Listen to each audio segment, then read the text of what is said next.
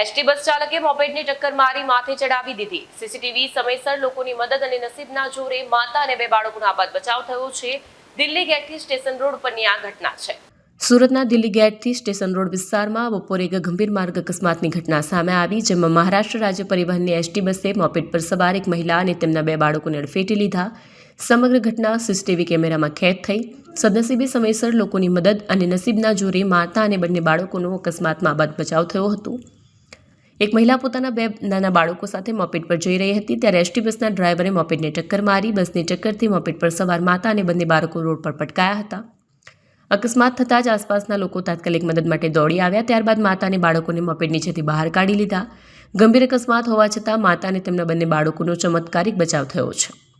તેઓને ગંભીર ઇજાઓ થતાં પણ ટળી છે। જોકે એક બાળકને પગના ભાગે સામાન્ય ઇજા પહોંચી છે, જેને સારવાર માટે ખસેડવામાં આવ્યું છે। સ્થાનિક પોલીસે ઘટનાસ્થળે પહોંચી અકસ્માતને લઈને વધુ તપાસ હાથ ધરી છે।